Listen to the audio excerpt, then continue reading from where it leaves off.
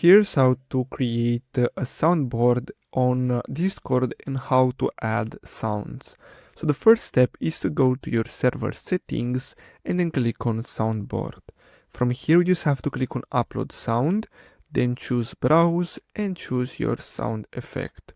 From here you just have to give it a name and choose a related emoji. So I'm going to choose this one. Now as you can see, I can't upload it because we just have to go here and make this shorter. So if it's the green here, if you see green, that means that it's the right length. But as you can see, if I make it longer, it won't work. So we just have to basically make sure that we have the right length and then click on upload.